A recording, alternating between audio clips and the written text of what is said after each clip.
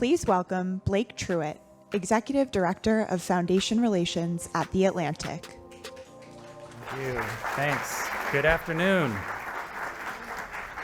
I'm Blake Truitt, Executive Director of Foundation Relations at The Atlantic. It's my pleasure to welcome you to Race and Justice at the Atlantic Festival. As you know, there's been a national reckoning with the racial disparities in our criminal justice system, and this summit has been a part of that reckoning. Today is the latest in a series of discussions that the Atlantic has hosted in cities across the country, including New Orleans, Pittsburgh, San Francisco, and Houston. We've talked with DAs, police chiefs, community activists, and public defenders, all in an effort to explore ways to increase public safety while reducing jail populations, to create alternatives to incarceration, and to heal from tragedy. Today, we'll bring you other leaders, local and national, who are also moving the needle. We'll hear about the challenges and opportunities facing Chicago's reform-minded prosecutor, the debate over voting rights for felons in Florida, and how bail reform is changing the legal system nationally. And we'll hear from women seeking justice right here in the district. Each of these sessions asks the question, what should be criminalized in the United States? How do we think about punishment? Should it extend after time served to the ability to vote, find a job, and rebuild a life? Before we begin, I'd like to thank the MacArthur Foundation's Safety and Justice Challenge for their support of the Atlantic Festival and for making today's conversation possible. I'd also like to thank Gallup for the use of this space today and ask Mohammed Yunus, the editor-in-chief of Gallup News, to share some of their work.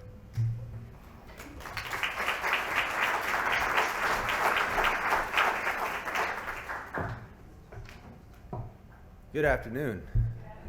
Welcome to Gallup. Welcome back for those of you who were with us last night.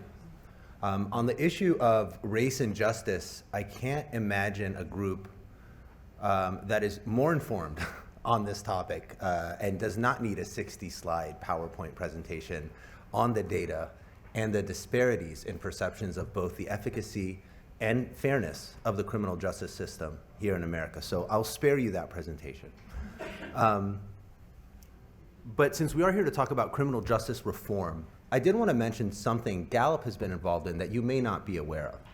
For the past several years, we've been taking some of our best sciences and tools around talent and skills development and some of our best strengths coaches and taking them into the prison system across a couple of states here in the United States. And we've worked with now hundreds of folks who are incarcerated.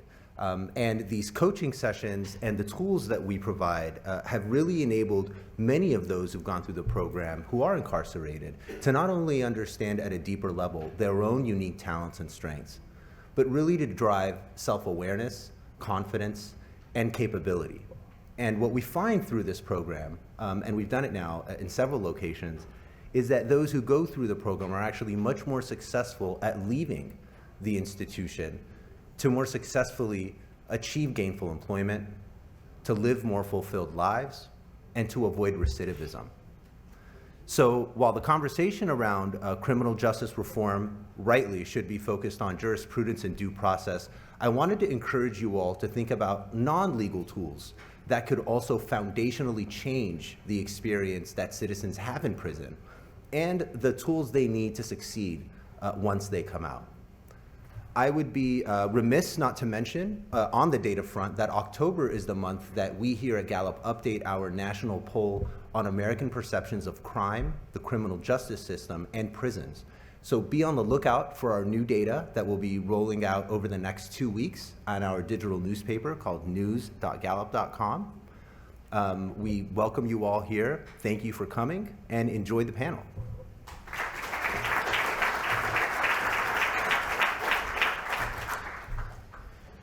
Thank you, Mohammed.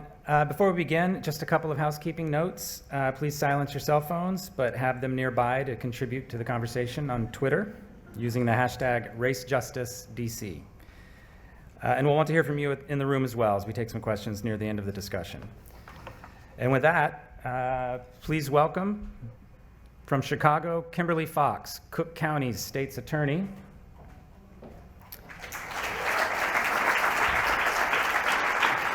And here to lead the conversation is my colleague, Atlantic senior editor Ron Brownstein.